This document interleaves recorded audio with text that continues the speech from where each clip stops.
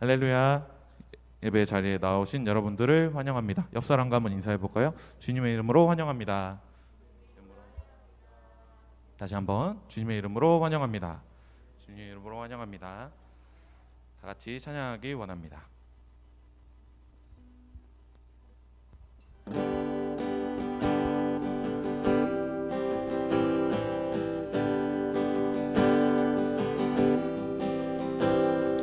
어제와 다른 괴로움과 슬픔 깊은 탄식에 기도할 수 없고 저연한 내 안에 속사람은 주를 보지만 말하지 못하네. 나를 악한 자로 보지 않고 나의 원통한 그 맘을 아시니 오직 나의 주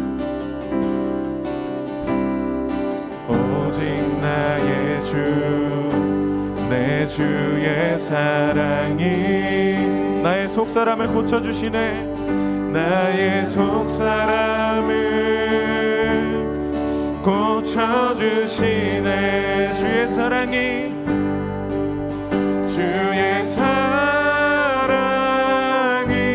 목마름 채우고 주의 위로가 눈물을 닦으니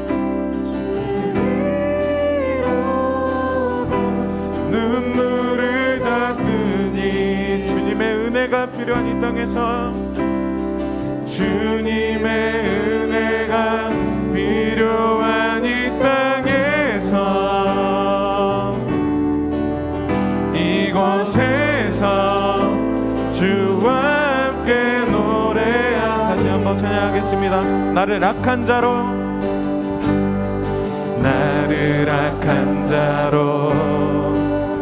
보지 않고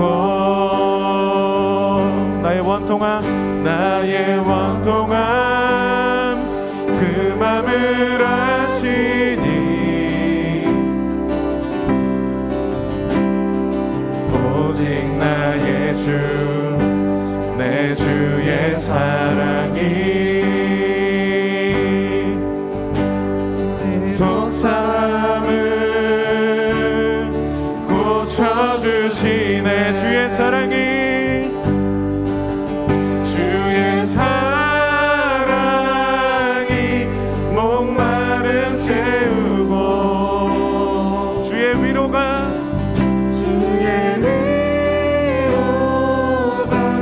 눈물을 닦으니 주님의 은혜가 필요한 이 땅에서 이곳에서 주와 함께 주의 사랑이 목마름 채우고 주의 사랑이 목마름 채우고 주의 위로가 눈물을 닦으니 주님의 은혜가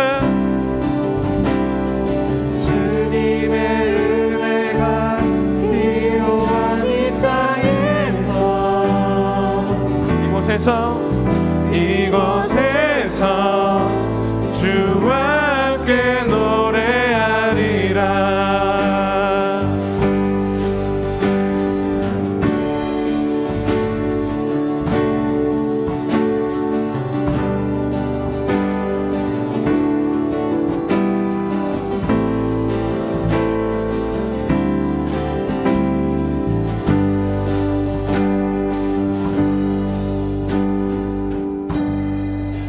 아멘. 자, 다음 기쁜 마음으로 같이 박수 치면서 주의 이름 높이며 찬양하기 원합니다.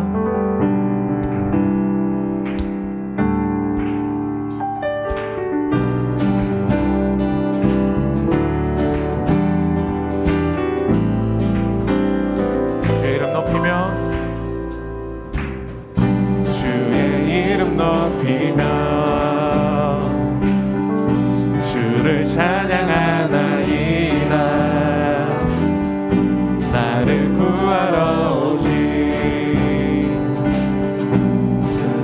다시 한번 찬양하겠습니다. 주의 이름 높이며 주의 이름 높이며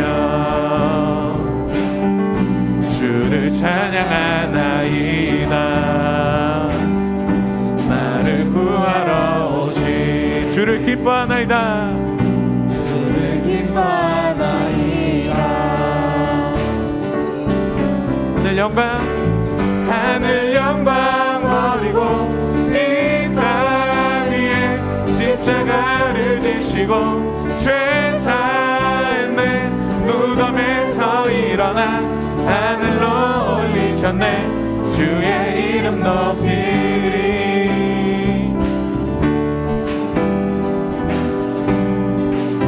다시 한번 찬양하겠습니다. 주의 이름 높이며 주의 이름 높이며 주를 찬양하나이. 나를 구하러 오신 나를 구하러 오신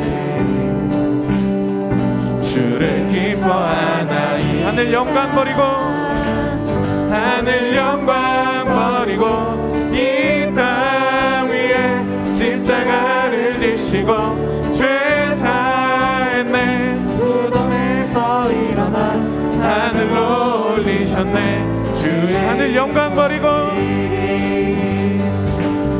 하늘 영광 버리고 이 땅 위에 십자가를 지시고 죄 사했네. 무덤에서 일어나 하늘로 올리셨네. 주의 이름 높이리.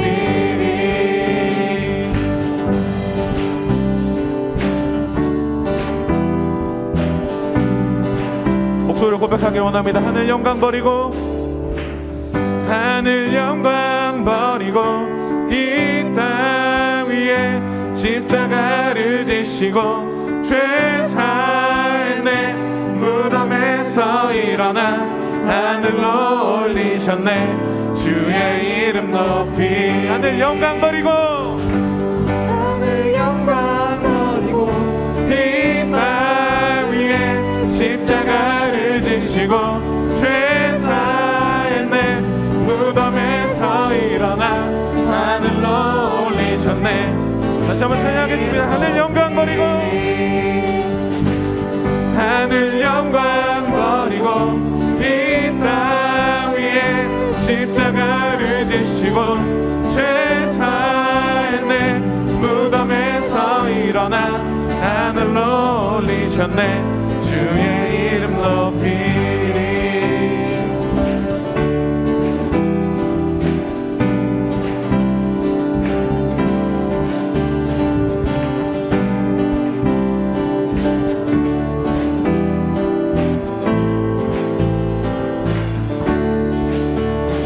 하나님께 영광의 박수 올려드립시다. 아멘.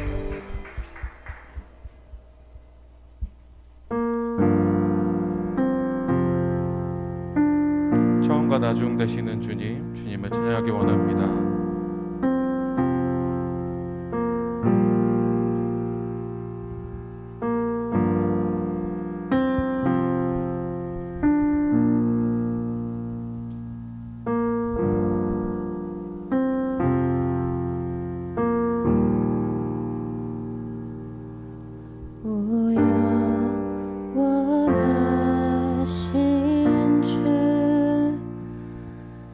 온 세상 주께 속했네. 모든 만물 사라져가도 주 말씀 영원해. 오 살아계신 주 지금도 역사하시네. 죄와 슬픔 우리 덮어도 주 약속 이루시리. 모든 영광 모든 영광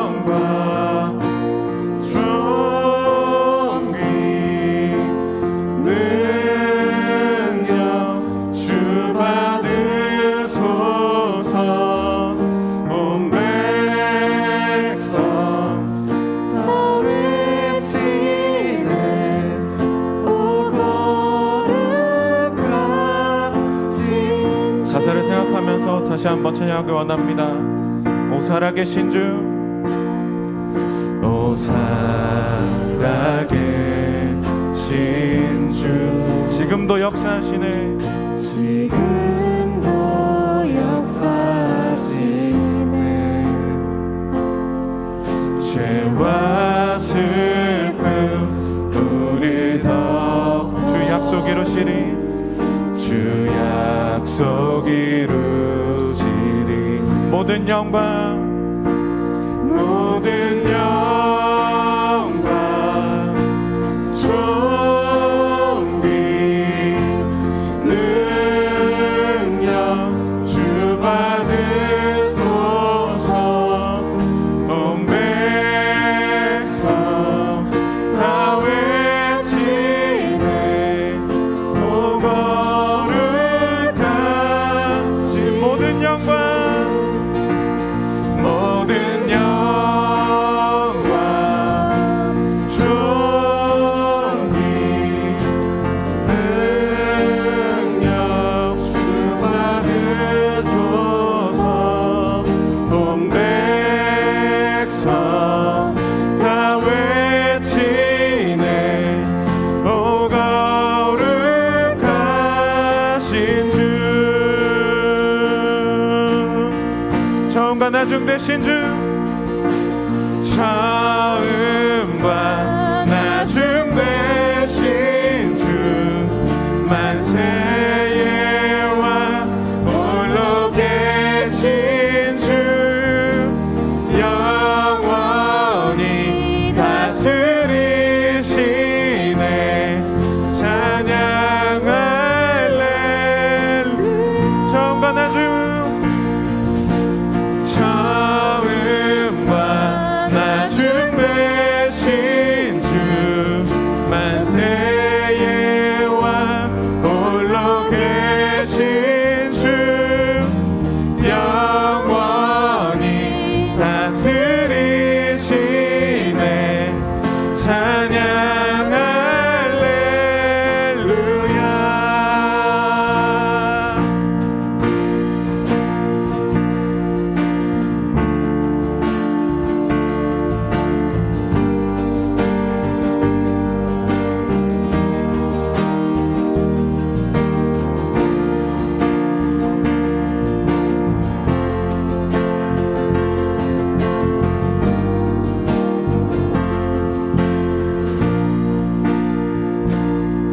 주 다시 오실 때 우리 다 주 앞에 나가 받은 멸류관 주께 드리며 주 경배 드리리. 주 다시 오실 때, 주 다시 오실 때 우리 다 주 앞에 나가 받은 멸류관, 받은 멸류관 주께 드리며 주 경배 드리리. 선포하기 원합니다. 처음과 나중, 처음과 나중 되신 주, 만세의 왕 홀로 계신 주, 영원히 다스리시네, 찬양할래. 처음과 나중 되신 주,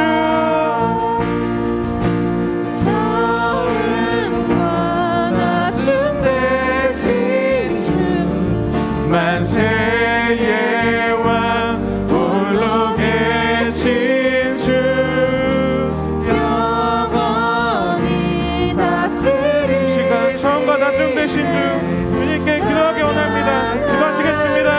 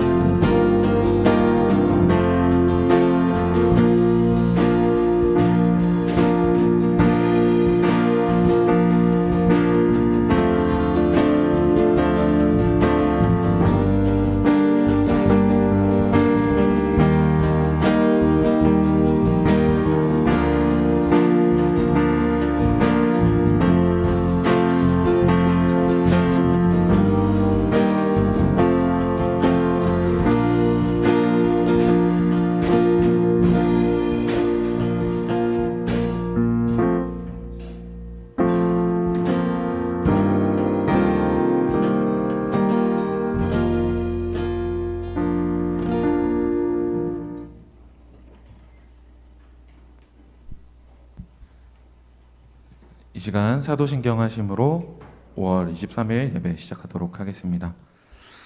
전능하사 천지를 만진 하나님 아버지를 내가 믿사오며 그 외아들 우리 주 예수 그리스도를 믿사오니 이는 성령으로 잉태하사 동정녀 마리아에게 선하시고 본디오 빌라도에게 고난을 받으사 십자가에 못 박혀 죽으시고 장사된 지 사흘 만에 죽은 자 가운데서 다시 살아나시며 하늘에 오르사 전능하신 하나님 우편에 앉아 계시다가 저희로서 선자와 죽은 자를 심판하러 오시리라.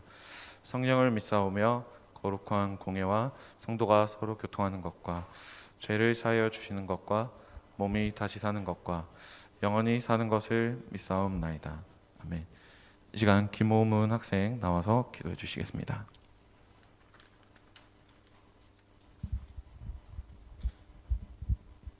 기도드리시겠습니다. 하나님 아버지, 저희 발걸음을 예배로 옮겨주심에 감사합니다. 다같이 모이기 힘들지만 각자의 자리에서 주님을 잊지 않고 기도할 수 있도록 인도해 주세요. 이번 한 주에 지은 죄들을 용서해 주시고 오늘 목사님 말씀 듣고 마음속에 품어 다음 한 주도 주님을 위해 살게 해주세요. 또 전염병이 지속되어 모두 힘듦 속에 있는데 하루빨리 정지시켜 주시고 모두 바라는 바 주님께 맡기는 삶 살게 도와주세요. 예수 그리스도의 이름으로 기도드렸습니다. 아멘.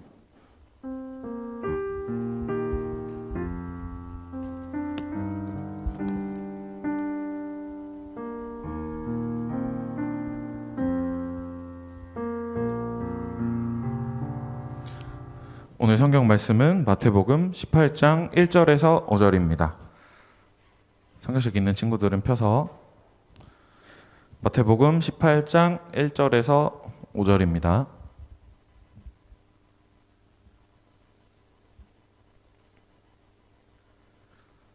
함께 봉독하도록 하겠습니다. 그때에 제자들이 예수께 나와 이르되 천국에서는 누가 크니이까? 예수께서 한 어린아이를 불러 저희 가운데 세우시고 이르시되 진실로 너희에게 이르노니 너희가 돌이켜 어린아이들과 같이 되지 아니하면 결단코 천국에 들어가지 못하리라. 그러므로 누구든지 이 어린아이와 같이 자기를 낮추는 그에서 큰 자 아니라 또 누구든지 내 이름으로 이런 어린아이 하나를 영접하면 곧 나를 영접함이니. 아멘.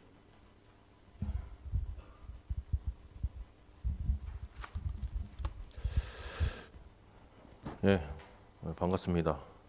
또 오늘도 우리 전도사님께서 머리가 너무 많이 아프셔서 저한테 또 부탁을 해서 또 이렇게 설교의 자리에 서게 됐습니다. 아무튼 전도사님 빨리 날 수 있도록 여기 꼭 기도해 주시길 바라겠습니다. 아멘. 그게 해요. 오늘 본문은요, 가정의 달, 특히 어린이날을 맞이해서 자주 설교 시간에 사용되어지는 그런 말씀인데요. 저는 이 본문의 말씀이 조금 잘못 오용되고 있다, 이런 생각이 들 때가 참 많습니다. 오늘 이 본문의 말씀을 제가 설교하면서 잘못된 부분들은 좀 바로잡고 그리고 우리의 삶에 어떻게 적용할지를 좀 살펴보고자 합니다. 오늘 질문을 제자들이 예수님께 와서 하는 것으로 시작하는데요. 제자들이 이렇게 예수님께 물어요. 하늘나라에서는 누가 가장 큰 사람입니까? 저는 이 질문을 보면서요, 두 가지 생각이 듭니다. 첫 번째는요, 제자들이 질문했을 때 주님이 참 답답했을 것 같다, 이런 생각이 들고요. 두 번째는요, 이제 좀 이따가 살펴볼 건데요, 제자들이 잘못 질문하고 있다, 그렇게 생각합니다. 그 이유에 대해서는 이제 차차 제가 읽어가면서 알려드리도록 하겠습니다. 여러분, 예수님은요 3년 동안 공생애를 하면서, 공생애가 뭔지 알죠? 33살까지 사신 거 다 알죠? 30년 동안은 목수의 아들로 그냥 숨어 지내시다가 3년 동안 세례 요한한테 세례를 받고 공식적으로 사역했다고 해서 공생애예요. 어려운 말 같지만 쉽죠? 3년 동안 하면서 제자들 12명을 불러다가 가르치고 그리고 삶을 보여주시고 그리고 많은 제자들에게 많은 교훈을 알려주셨죠. 이게 이제 3년 동안의 행적입니다. 그러니까 저는 사도신경에서 가장 아쉬운 게 다 고백해. 신앙 고백이 있는데 이 예수님의 공생애가 빠져 있어요. 저는 이 복음서의 거의 80~90%를 차지하는 예수님의 이 공생애가 반드시 들어가야 한다고 주장하는 사람입니다. 이게 이제 니케아 공의회, 그러니까 325년도에 또는 381년도에 콘스탄풀 공의회가 있었어요. 그 공의회에서 확정된 사도신경이었기 때문에 약 한 2000년 동안 우리는 이 공생에 빠지고 계속 고백해 왔던 거예요. 이 뭐 어려운 말 아니죠? 이렇게 그래서 요즘 교회마다 또는 신학자들이 이 사도신경에 예수님의 공생애를 좀 집어넣었으면 좋겠다라는 움직임들이 있어요. 근데 우리 교회는 아직 뭐 그걸 안 하고 있지만 어떤 교회에서는요 자기들만의 이제 사도신경으로 고백하는 교회가 있습니다. 그러니까 그리고 굉장히 많이 늘어나고 있어요. 그 공생애를 이제 합쳐서 그렇게 이야기하는 교회가 늘고 있습니다. 아무튼 예수님은 매우 답답했을 것 같아요. 그 공생애 기간 동안 제자들에게 그렇게 무수히 많이 하늘나라에 대해서 가르쳤는데 지금 답답한 질문을 하고 있으니 굉장히 답답했을 것 같습니다. 그냥 물어야 돼. 이제 예수님이 가르쳤던 여러분들 하늘나라는 어떤 것이었죠? 우리가 그렇게 예배 시간에 설교를 듣고 공부 시간에 배웠는데 여러분 하나님 나라가 어떤 나라야? 아까 전에 복음 선거가 기가 막히게 예수님이 재림하셨을 때 우리가 주님 앞에 선다는 거야. 그런데 주님께서 주신 뭐가 있다는 거야? 우리 저기 찬양 리더자 뭐가 있다는 거예요? 면류관이 있다는 거잖아. 그지? 방금 여러분들 고백했잖아. 근데 그 면류관을 누구한테 드려? 주께 드린대. 그리고 어떻게 한대? 경배한대. 그 재림하셨을 때 우리의 하는 행동이라는 거잖아요. 물론 이게 신앙적 고백이 될 수도 있지만 전 성경에 근거한 이야기라고 보는데요. 자, 그러면 우리 회장, 하나님의 나라가 어떤 나라야? 네가 생각하는. 난 이게 중요하다고 봅니다. 우리는 항상 성경의 근거에서 하나님의 나라를 생각하고 꿈꿔야 되는 거 아니겠습니까? 한마디로 제가 표현할게요. 하나님이 말씀하셨던 하나님 나라는요, 차별이 없는 세상입니다. 그리고 더 거기에 덧붙여서 얘기하자면 존중하는 세상이에요. 이게 굉장히 중요합니다. 이 세상을 살아가면서요, 우리가 너무 세상에 얽매여 있어. 차별이 있다는 거지. 이거는 어쩔 수 없는 거야. 그죠? 그리고 서로 존중하지 못해. 말은 되게 많이 하는데 100% 존중하지 못해. 그죠? 여러분들 뭐 스승과 제자 관계가 있지만 스승님을 100% 존중하는 마음으로 여러분 여기 앉아 있나요? 그렇지 않죠. 부모와 자식 간에요 100% 사랑하는 마음으로 여러분들 관계를 형성하며 살아가고 있나요? 거의 뭐 그렇지 않을 때가 많잖아요. 가정에서나 교회에서나 100% 그렇게 살아가지 못하지만 하늘나라에서는 100% 존중하는 세상이 된다는 거예요. 그리고 절대로 그 하늘나라에서는 차별이 없는 세상이 된다고 그렇게 예수님은 가르쳤습니다. 흔히들 이런 얘기 들어보셨나요? 하늘나라 가면 상급이 있다. 이런 말 들어보셨나요? 그렇죠. 아까 전에 면류관이라고 하는 상급도 주고 뭐 여러 가지 뭐 상급을 준다고 우리는 다 알고 있어요. 옛날에 7, 80년대 부흥사들이 와서요. 우리가 하늘나라 들어가면 계급이 있다고 얘기했어. 믿음의 분량대로. 그래서 믿음이 좋은 사람은 호텔에서 산대. 근데 믿음이 조금 적은 사람은 팬티바람에 계집에서 산대. 이런 말 들어보셨어요? 못 들어봤어요? 7, 80년대 와서 부흥사님들이 이런 거 많이 얘기했어요. 그래서 믿음이 좋아야 한다. 믿음의 분량대로 여러분들에게 보상이 많이 주어지니까 여기에서 살면서 믿음이 가장 좋게 있어야 여러분들 호텔에서 살고 밍크코트 입고 살아간다. 뭐 그렇게 이야기한 부흥사님이 있어요.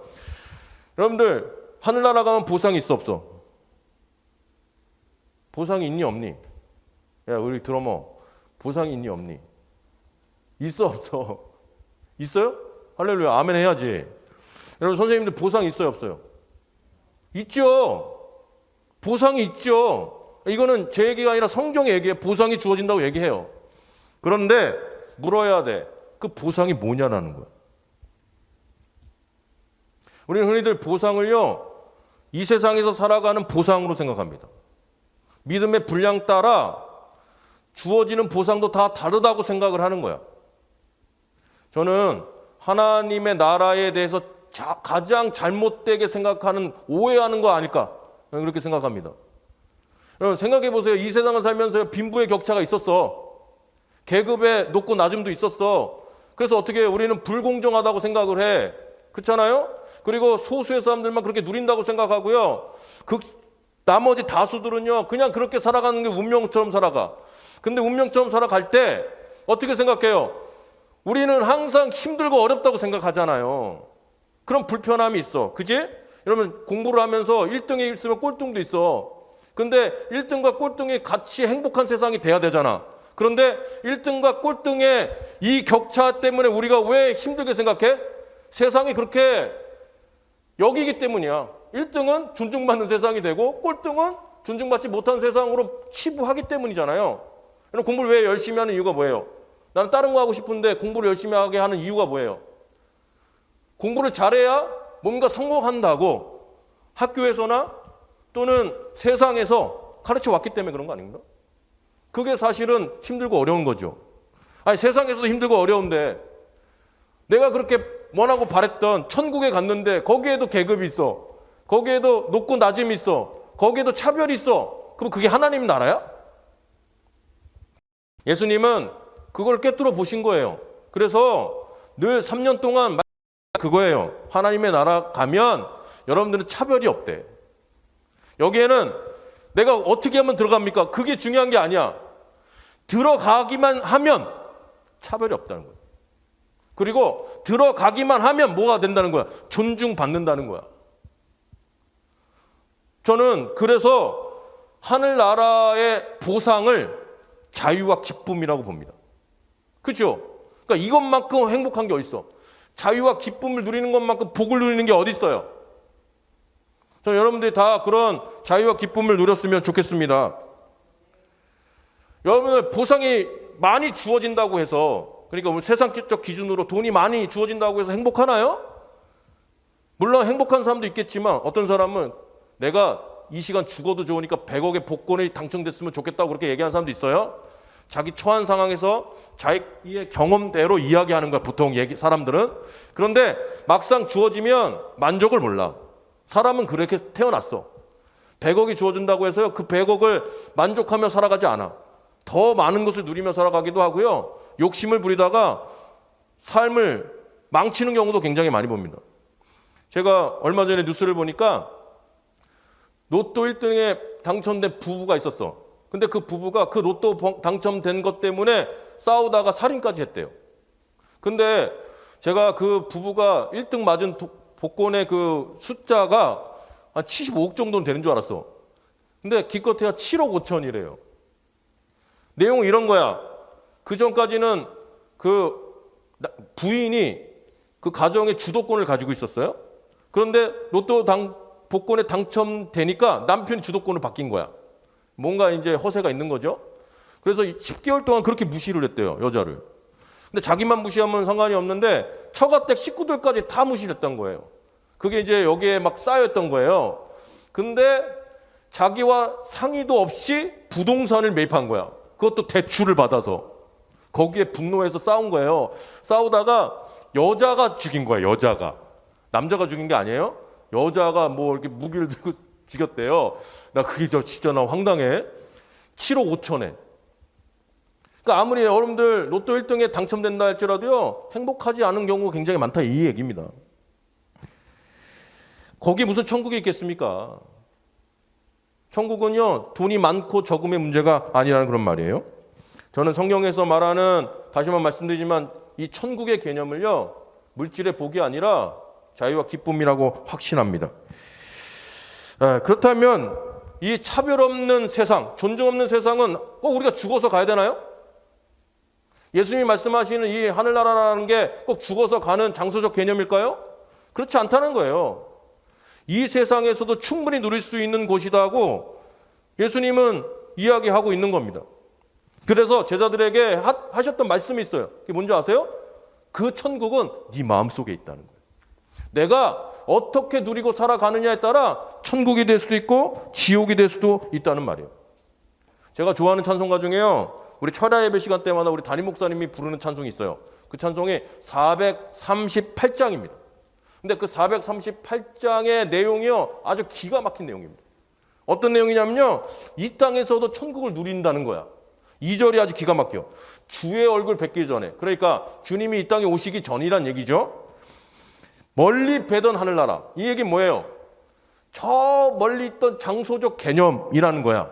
우리는 그렇게 흔히 생각해, 죽어서 가는 곳. 그런데 내 마음속에 이루어졌대. 그러면서 날로 가까워지고 있다, 그렇게 고백합니다. 근데 3절은 더 아름다워요. 높은 산이 거친 들이 초막이나 궁궐이나 내 주 예수 모신 곳이 그 어디나 하늘나라. 그러니까 찬송가를 불러도요, 가사를 음미하면서 불러야 돼. 그래 은혜가 되는 거야. 예전에는 보이지 않던 것들이요, 요즘 보이기 시작했어요. 여러분들, 이런 마음으로 살아가느냐 살지 않느냐는 굉장히 큰 차이가 있습니다. 여러분에게 물어야 돼. 여러분들은 이런 천국을 누리고 있습니까? 우리가 왜 천국을 누리지 못하는 줄 아세요? 늘 경쟁과 경계로 살아가기 때문이에요. 사람을요, 저번에도 얘기했지만 목적으로 봐야 되는데 수단으로 삼고 살아가기 때문이에요. 저는 거기에 절대로 천국이 있을 수 없다고 봅니다. 해야 할 일과 또는 어떤 거예요, 하고 싶은 일 때문에 너무 분주하다 보니까 정작 해야 할 일들을 놓치며 살아갈 때가 저는 참 많다고 봅니다. 우리 학생들은 그런 삶을 살아서는 안 돼요. 여러분, 제가 이 시대의 가장 비극이 뭐냐고 저에게 물어본다 한다면 따라 한번 해보세요. 사람다움을 잃어버린 것. 교회 안에서나 가정에서나 학교에서나요, 또는 사회생활 할 때에도 이 시대 가장 비극은요, 사람다움을 잃어버린 겁니다. 저희 조카가 다니는 초등학교가 있어요. 4학년인데 그 4학년의 그 학년 애 중에 굉장히 말썽을 부리는 애가 있어요. 근데 그 말썽을 그냥 말썽 부리는 게 아니라 애들을 괴롭혀. 수시로 무시로. 그러니까 자기의 중심적이야, 애가. 그러니까 요즘 이런 애들 되게 많아요. 자기 중심적인 아이들. 그래서 자기가 불편하면 막 애를 폭력까지 쓰는 거예요. 근데 그게 너무 지나치니까 선생님이 얘를 불렀어요. 불러서 얘한테 이제 잘 얘기해 주려고 했던 거야. 너는 이렇게 이게 잘못된 거다. 이렇게 이제 타이려고 했더니 이게 안 먹혀. 그러니까 여러분들, 선생님이나 또는 옆에 있는 동료들이나 또는 여러분들 다른 어떤 사람이나 들을 줄 아는 귀가 있어야 돼. 여러분, 솔로몬이 하나님께 구했던 게 뭔지 아세요? 지혜라는 거잖아요. 근데 성경에는 지혜라고 나오지 않았어요. 뭐라고 하는 줄 알아요? 듣는 마음을 달라고 했어요. 그 듣는 마음을 지혜라고 우리는 해석합니다. 그러니까 지혜가 있기 위해서는 뭐가 먼저 필요하다는 거예요? 듣는 마음이 있어야 된다는 거죠. 듣지 않으니까 사람을 자꾸 오해해. 듣지 않으니까 자꾸 내 마음대로 해석하고 내 마음대로 소설을 써. 지금 이 아이가 그런 거예요. 선생님이 뭔가 얘기를 해주려고 그러는데 자기가 오해를 해서 자꾸 자기가 소설을 써. 그래서 자꾸 막 말도 안 되는 행동을 하는 거예요. 그러니까 이제 극단의 조치를 취한 거예요. 너 엄마한테 잃는다. 그래서 내가 지금 전화를 해서 엄마한테 이 사정을 얘기할 거고 너가 그래서 거기에 대한 조치를 취하게 할 거다라고 얘기를 하는 순간에 그 핸드폰을 잡아서 던졌다는 거 아닙니까? 그 아이가. 너무 황당한 거예요. 자기가 교사를 한 10여 년 했는데 이런 경우가 처음인 거야.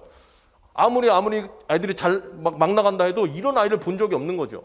그래서 다른 핸드폰을 빌려다가 그 엄마한테 전화를 해서 이 얘기를 다 얘기했다는 거 아닙니까? 그런데 그 엄마 반응이 더 놀라워. 그래서요. 이렇게 얘기했다는 거예요. 너무 충격적인 거예요. 그리고 그 다음 말이 더 충격적이야. 애가 오죽하면 핸드폰을 던지겠습니까? 야, 이 시대에 교권이 무너지고 있습니다. 아무리 인권이라고 하는 그 이름으로 서로 존중하지 못하는 것. 그런 학교 수업이 아무리 좋은 거 가르친다고 무슨 소용이 있겠습니까? 제가 문득요, 성경에도 이런 이야기가 있어. 한번 들어볼래? 여러분, 드보라라고 하는 사사 다 아세요? 뭐 이 정도는 다 들어봤잖아요, 여러분들. 드보라라고 하는 사사가 있는데요. 드보라의 사사를 하나님이 일으키실 때 이스라엘의 사정이 어떤 줄 아세요? 거기 나와 있어. 악한 일을 행하였더라. 여기서 성경에서 얘기하는 악한 일을 행할 때는요, 조건이 있어. 무슨 우리가 가가지고 뭐 살인을 저지르고 무슨 아까 전에 뭐 로또 복권을 했는데 뭐 서로 싸우고 욕을 하고 이 얘기가 아니야. 악했다고 했을 때는요, 하나님으로부터 멀어진 거예요. 성경에서 얘기한 건. 하나님으로부터 멀어지기 때문에 악한 일들을 하는 거예요. 알겠죠? 하나님을 잊어버린 거예요. 그래서 악한 일을 행하였더라. 그래서 하나님이 심판을 내렸어. 어떻게 내렸냐면 다른 나라를 세워서 얘네들을 힘들게 한 거예요. 이게 하나님의 심판 방법입니다. 왜? 그런 걸 통해서 회개하기를 바라시고 있는 거예요. 그런데 이스라엘 백성들이 다른 나라에서 막 힘들게 살고 있으니까 회개를 했어. 이게 이스라엘 사람들의 모습이야. 근데 하나님 나 같으면 안 받아줘. 근데 하나님은 회개하는 자에게 용서함을 줘요.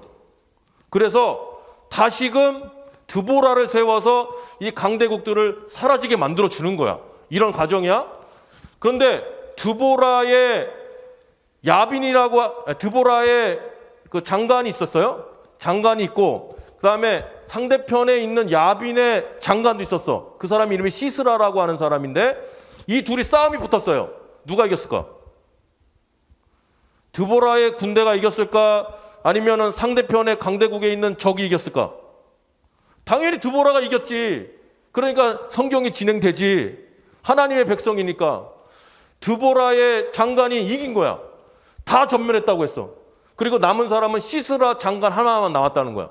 자기가 갈 데가 없어지니까 어디로 도망갔냐면 지금까지 함께 자매 결혼을 맺었던 나라로 도망가. 그게 이제 야엘이라고 하는 집인데요. 그 집에 가서 도움을 청해. 근데 그 집에 야엘이라고 하는 부인이 그 사람을 영접한 거예요. 왜? 우리 형제 자매니까. 그리고 그 사람이 원하는 대로 목마르다니까 우유도 주고 내가 힘들다 그러니까 이불도 갖다 주고 너무 친절하게 잘해주는 거야. 그리고 자기 전에 이 시스라가 부탁을 해요.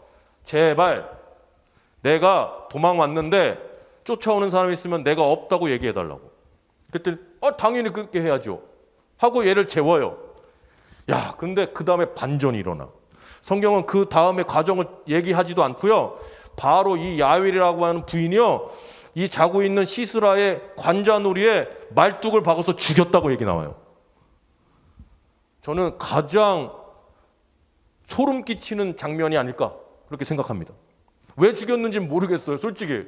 근데 죽였다고 얘기했어요. 하나님의 적이니까 하나님의 백성들이 죽였다는 표현을 하려고 하는 건지는 잘 모르겠지만 아무튼 죽었어요, 그렇게. 근데 여기에서 이 이야기가 끝나지 않아요. 그 다음에 갑자기 새로운 장면이 나타나더니요, 시스라의 어머니가 나와요. 이때부터 잘 들으세요. 시스라의 어머니가 그 시스라의 장군을 기다려요. 왜? 항상 아침에 나갔다가 돌아왔거든요. 밤이 됐는데 안 돌아와. 얘가 왜 안 오지? 걱정해요. 그러다가 뭐라고 생각하는 줄 아세요? 늦는 이유가 있구나, 그렇게 생각해요. 근데 늦는 이유가 되게 웃겨요. 뭔지 알아요? 여자들을 성적 놀이개로 삼느냐고. 사람들을 지금 괴롭히느냐고. 얘가 늦나 보구나, 이렇게 생각해요. 그리고 성경의 이야기는 끝나요. 그 다음에 어떤 일이 벌어졌는지 몰라요. 추측하건대 아마 보고 갔겠죠. 시스라가 죽었다고. 어머니라고 또 대성통곡했을 거예요. 그죠? 근데 내가 주목하고 싶은 그거예요. 자기 아들이 늦는 이유가 어떤 여자들을 성적 놀이개로 삼고 그리고 다른 사람들을 괴롭히느냐고. 늦는 것에 대해서 아무런 죄책감이 없다는 겁니다.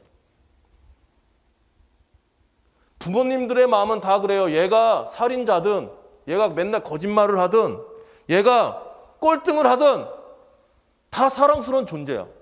어머니는 다 그런 마음을 갖고 있어. 그래서 이해는 가. 그런데 그게 아이를 망치는 겁니다. 그런 죄책감 없이 아이들을 가르쳐 왔기 때문에 시스라는 그런 극악무도한 사람이 된 거예요. 여기 부모님도 계신데요, 이게 굉장히 중요한 것 같습니다. 저는 교육의 부재라고 생각해요. 교육은 그래서요, 정말 필요한 겁니다. 아이들이 어떻게 살아가야 할지를 방향성을 제시해주고 그리고 그렇게 살아갈 수 있도록 도와주는 것, 저는 그게 교회 교육이 되어야 한다고 확신합니다. 타인을 목적이 아닌 수단으로 삼는 것을 배제시키고 타자들의 고통에 대한 연민을 품게 만들 수 있도록 만들어주는 것, 저는 그게 바로 우리들의 모습이 되어야 합니다. 이런 것들이 없어지면요, 괴물이 탄생하는 거예요. 사람이 사람답게 되기 위해서는 어떻게 해야 됩니까? 저에게 물어본다면 따라 한번 해주세요. 존중하는 마음을 배워야 해. 저는 국회의원들이 청문회 때마다 정말 굉장히 황당할 때가 많아. 항상 상대편을 부를 때 뭐라고 얘기하는 줄 아세요? 존중하는, 존경하는 국회의원님 그래요. 그리고 난 다음에 그 다음에 말이 뭔지 알아요? 거친 말이 오가요. 그리고 때로는 욕도 해요. 아니, 존칭의 언어를 쓴다고 해서 그 사람이 존경하는 걸까요? 물론 어떤 사람은 존칭을 해야 그 속에서 존경하는 마음이 생긴다고 얘기하는 사람도 있어요. 그렇지만 저는 그거는 별개라고 생각합니다. 바울은요, 성도들에게 이렇게 권면합니다. 형제의 사랑으로 서로 다정하게 대하며 따라하면서 존경하기를 서로 먼저 하십시오. 존경이란 뭔지 아세요? 서로 아끼는 마음입니다. 사도 바울은요, 지금 그거를 여러분에게 권하고 있는 거예요. 서로 존중하는 마음, 서로 아끼는 마음을 가져야 된다는 거예요. 누가? 성도들이, 교회의 사람들이. 그런데 그러지 못하다는 거죠, 지금. 그리스도인이라고 한다면요, 애나 어른이나 서로 존중하는 마음, 다시 말하면 아끼는 마음을 가져야 한다라고 이야기합니다. 근데 이 얘기는 그냥 하는 말이 아니에요. 반드시 그리스도인이라고 하면 그렇게 살아야 한다고 이야기하고 있는 겁니다. 저에게 왜 우리가 교회를 나오는 것입니까? 라고 물어본다면요, 구원받기 위해서, 건강하기 위해서, 부자가 되기 위해서, 절대로 그렇지 않습니다. 교회 공동체에 우리가 여기 있는 이유는요, 그거 연습하기 위해서요. 존중하는 법, 사랑하는 법 연습하기 위해서. 그러기 위해서 주님 앞에 우리가 서 있음을 여러분들 잊지 마시기 바랍니다. 부모님이요, 아이들에게 물려줄 유산은 뭐냐면요, 재산이 아니에요. 바로 모든 이들을 존중하도록 가르치는 것. 그게 부모님이 물려줘야 할 가장 최고의 유산이라고 확신합니다. 우리에게 가장 중요한 게 뭐예요? 떳떳함이에요. 아까 재림하실 때 주님이 오신다는 거 아닙니까? 믿어요? 여러분 믿어? 찬양단은 믿어야 되는 거야. 주님이 재림 믿어? 주님 오심을 믿어? 주님은 이 땅에 먼저 오셨어요. 그걸 초림이라 그래. 먼저 오셨다. 근데 앞으로 오실 거다. 그게 재림이야. 할렐루야. 재림하셨을 때 우리는 주님 앞에 쓴다니까? 근데 그 쓸 때 주님 앞에 어떻게 해야 돼? 떳떳해야 된다는 거예요. 그 떳떳할 수 있도록 가르칠 수 있는 것, 교회 공동체가 되어야 된다는 거예요. 가정이 되어야 함을 여러분 잊지 마시기를 바랍니다. 두 번째로 우리가 살펴볼 게 있어요. 그게 뭐냐면요, 제자들의 질문이 다르다는 거예요. 잘못됐다는 겁니다. 여러분, 제자들이 지금 착각하는 게 있어. 이거 맞힐 수 있는 사람. 오늘 내가 만 원 줍니다. 가정의 달을 맞이해서. 지금 제자들의 질문이 뭐가 잘못됐어? 얘네들의 전제가 있어. 지금 제자들이 질문할 때 얘네들 이걸 확신하고 지금 전제하면서 얘기하고 있어. 그게 뭘까? 아는 사람? 어렵니? 그럼 뭐래도 얘기해봐. 용기가 없니 이렇게. 10,000원 준다니까. 뭔 것 같아, 회장? 에? 제자들이 지금 예수님한테 이런 질문을 할 때는 뭔가 자기들은 확신을 갖고 전제하면서 얘기하고 있다니까? 그게 뭐야? 에? 더 크게. 가장 위대한가? 그렇지. 그러니까 그 얘기를 왜 하고 있냐고. 전제가 뭔지 아세요? 저는 왜 이런 게 자꾸 보이는지 모르겠어. 질문에는요, 제자들은요, 자기들은 하늘나라에 무조건 들어간다고 생각하는 거야. 그러니까 하늘나라 들어가면 누가 큰 사람입니까? 물어보죠. 굉장히 착각입니다. 여러분, 나를 구원하실 분은 누구야? 하나님이죠. 우리가 착각하는 것 중에 하나가 뭐냐면요, 저는 구원에 확신이 있습니다. 네 생각이지. 들어가게 하는 건 누구야? 하나님이야. 니네가 아무리 확신을 가져도요, 하나님이 노하면 노야. 여러분, 세상 재판에서 판결을 내리는 사람은 누구야? 판사지. 여러분, 옆에서 검사가 옆에서 얘 사형을 구형하기를 원합니다. 이건 검사 생각이지. 옆에서 변호사는 나는 얘가 그렇게까지는 아니라고 생각해요. 10년만 했으면 좋겠어요. 라고 하는 거 변호사 생각이지. 판사가 뭔 소리 하는 거야? 30년. 그럼 30년이야. 세상의 재판도 그런데 우리가 구원받는, 하나님께 재판받는 하나님의 그 권위는 어마어마하죠. 우리가 터치할 수가 없어. 근데 제자들이 착각하는 거야. 우리는 들어간다고. 그래서 그 잘못된 질문을 깨우치기 위해서 오늘 본문의 말씀 예수님이 얘기하는 거야. 그 다음에 뭐라고 얘기한 줄 아세요? 너희가 돌이켜서 어린이들과 같이 되지 않으면 절대로 하늘나라에 들어가지 못할 것이다. 이렇게 얘기하는 거야. 지가 내가 무수히 많은 얘기를 했는데 쓸데없는 질문하고 있다는 거야. 니네가 들어갔지 안 들어갔지 어떻게 하냐? 그러면서 이렇게 얘기하고 있는 거예요. 이해 갔죠? 근데 여기서 우리가 살펴볼 게 있어요. 요거 살펴보고 끝낼 거야. 집중해. 여러분들, 여기서 어린이라고 하는 말을 자꾸 오해해. 그래서 어떤 사람은요, 설교할 때 귀여워. 때가 묻지 않았어. 순수해. 웃기지 마. 어린이가 무슨 순수해. 순수하지 않는 애 되게 많아. 엄청나게 때 묻었어. 야, 진짜 내가 다 알아. 초등학생뿐만 아니라 유치원생들도 어마어마하게 때가 안 묻어. 이게 거짓말도 잘하고. 정말 그런 마음으로 여기 썼을까? 말도 안 되는 소리입니다. 여기서 얘기하는 어린이 같은 마음이라는 건요, 연약한 마음을 얘기합니다. 그때 당시에 연약한 사람들이 여러 개가 있어요. 고아와 가부와 나그네, 그리고 또 하나가 바로 어린이입니다.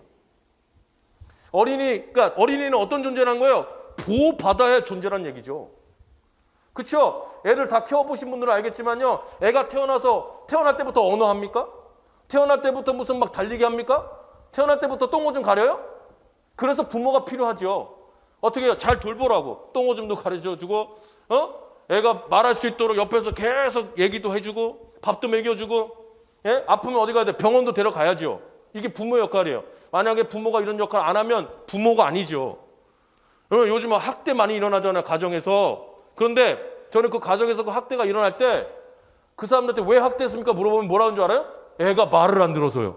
기가 차. 1살, 2살짜리가 당연히 말을 안 듣지. 엄마 말대로 얘가 100% 원하는 대로 해? 말같지 않은 소리. 그러니까 어떻게 부모는 인내심을 갖고 애가 독립할 수 있도록 자꾸 갖고 줘야죠. 그게 부모의 역할입니다. 여기서 어린이같이 되라는 말씀은요, 순수해져라 이런 얘기가 아니에요. 자기의 연약함을 알라는 거예요. 하늘나라 들어가기 위해서 뭐가 필요하다는 거야? 연약함을 알아야 된다는 거다. 내가 왜 연약함을 알아야 돼? 초월자 되시는 하나님이 하늘나라에 계시니까. 인간인 나는 교만하게 하나님처럼 되는 게 아니라 낮아지라는 겁니다. 그러면서요, 그 다음에 아주 중요한 얘기를 해요. 주님이 뭐라고 얘기하세요? 누구든지 이 어린아이 같이 자기를 낮추는 사람이 하늘나라에서는 큰 사람이다. 이렇게 얘기해요. 이게 뭐예요? 나의 마음을, 연약함을 아는 것뿐만이 아니라 이 세상을 살아가면서 내가 낮아지지 않으면, 다시 말하면 옆에 있는 사람들을 돌볼 때 연약한 마음으로 돌보지 않으면 절대로 하늘나라에서 큰 사람이 될 수 없다, 이 말입니다. 우리가 여기 하나님을 믿는 백성들이잖아요. 그러면 이 땅에서 해야 할 일이 있어요. 전도도 중요하고 예배도 중요해. 근데 예수님은요, 3년 공생애 동안 계속해서 얘기하는 게 있어. 그게 뭔지 알아요? 따라하면서 연약한 자들을 돌보라. 이게 여러분들 없으면 주님 앞에 쓸 때 떳떳하지 못하다는 겁니다. 말씀을 마치려고 합니다. 주님은요, 여러분이 주님 앞에 설 때에 물으실 거예요. 네가 얼마나 예배를 잘 드렸니? 네가 얼마나 헌금을 많이 했니? 네가 얼마나 전도를 많이 했니? 이런 거 안 물으실 거예요. 주님이 물으실 건 뭔지 아세요? 네가 얼마나 연약한 자들 잘 돌봤니? 이거 물으실 겁니다. 제가 이거 왜 확신한 줄 아세요? 마태복음 24장, 25장이 그렇게 되어 있기 때문에 그렇습니다. 마태복음은요, 1장부터 28장까지요, 5개의 설교로 되어 있는데요, 이게 다 연결되어 있어요. 그리고 오늘 18장의 얘기는 중간의 이야기인데요, 이거의 결론은 24장과 25장의 얘기입니다.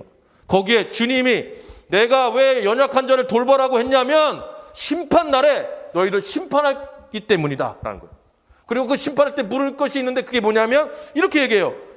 헐벗은 사람, 목마른 사람, 가난한 사람, 나그네 신세가 된 사람들을 네가 얼마나 돌봤느냐 물어볼 거다, 이런 얘기. 이 말씀을 엄중히 가슴에 새기시고 우리 학생들 떳떳하게 살았으면 좋겠습니다.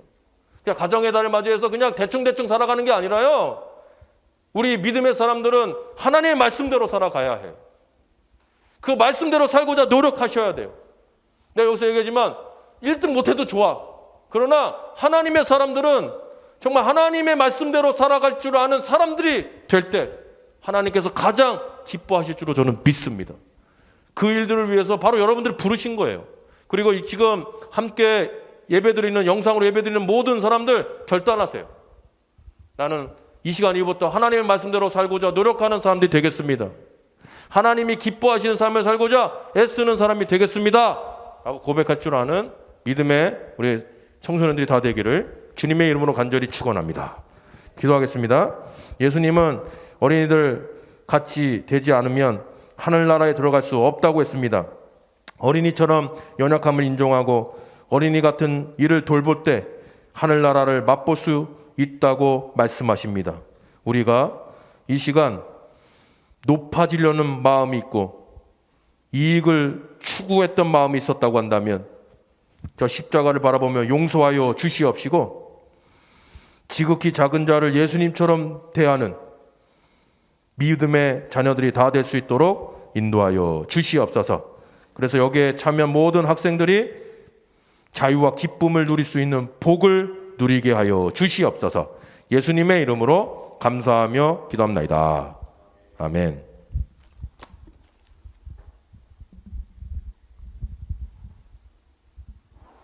헌금 시간입니다. 헌금위원들은 헌금. 나의 맘 받으소서. 오셔서 주님 외쳐서 삼으소서. 나의 전부이신 주여 내 맘을 받아주소서. 오 나의 맘을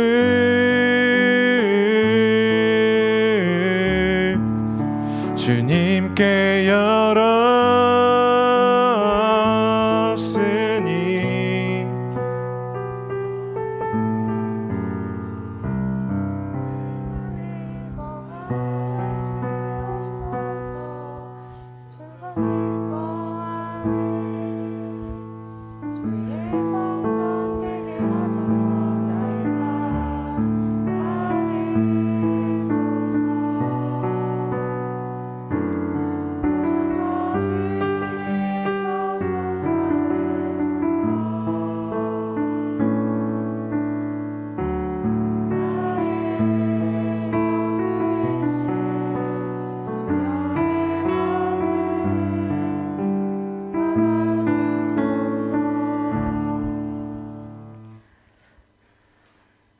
은혜가 끝이 없으신 사랑의 주님, 오늘도 우리를 하나님 전에 나와 예배하게 하심을 감사드립니다. 그리고 또 이 시간 주님 앞에 예물 드리오니 하나님 기쁘게 받으시며 또 이 예물들이 주님의 뜻 가운데 사용되어질 수 있도록 하여 주시옵소서. 하나님, 우리가 세상 사람들처럼 세상 사람들이 쫓아가는 그 방향으로 가는 것이 아니라 하나님이 보시는 눈, 또 하나님께서 가고자 하시는 그 곳으로 향할 수 있는 우리 친구들 되게 하여 주시옵소서. 오늘도 말씀하여 주신 그 말씀 따라서 하나님 기뻐하는 삶 살아갈 수 있는 그런 신천의 학생부가 되게 하여 주시옵길 바라며 예수님 이름으로 기도합니다. 아멘.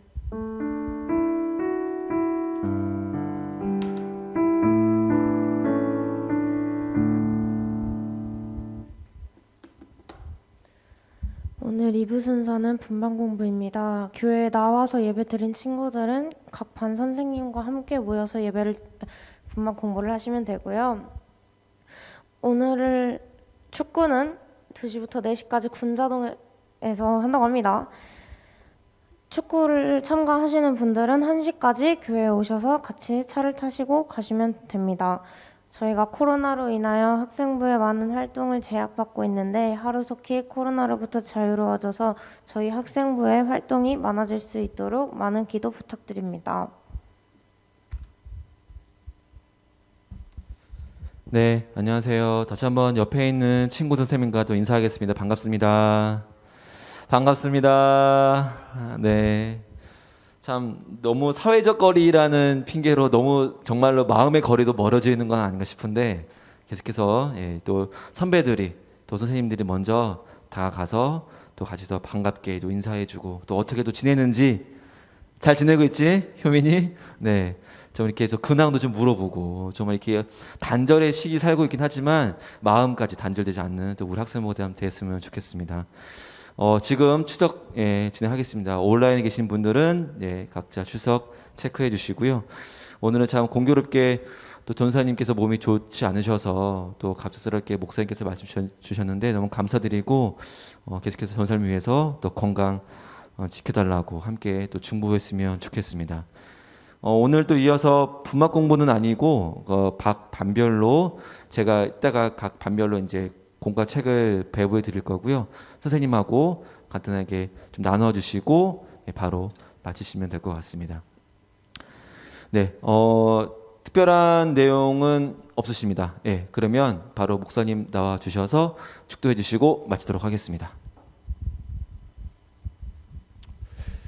오늘도 거룩하고 복된 주일을 지키기 위해서 나온 우리 학생들, 교사들 축복하여 주옵시고 오늘 또 말씀 따라 결단하며 나아갈 때에 한 주간 동안 주님께서 동행하여 주시옵소서. 특별히 우리 전도사님 두통이 사라지기를 원합니다. 빨리 쾌차하게 도와주옵시고 함께 나와서 다시금 예배드리는 기쁨이 넘치게 하여 주시옵시며 오늘도 각자 삶으로 돌아갈 터인데 삶의 자리에서도 믿음의 생명의 씨앗을 단단히 뿌리는 파종자들이 되게 하시고 세상 속에서 빛과 소금의 역할을 잘 감당하는 참된 학생들이 되게 하여 주시옵소서. 이제는 우리 주 예수 그리스도의 구속의 은혜와 하나님 아버지의 극진하신 사랑하심과 성령님의 감화감동 역사 인도하심이 오늘도 말씀을 듣고 말씀대로 살고자 결단하는 우리 학생들 머리 위에 또 교사 위에 섬기는 재단 위에 이제부터 영원토록 함께 하옵시기를 간절히 축원하옵나이다. 아멘.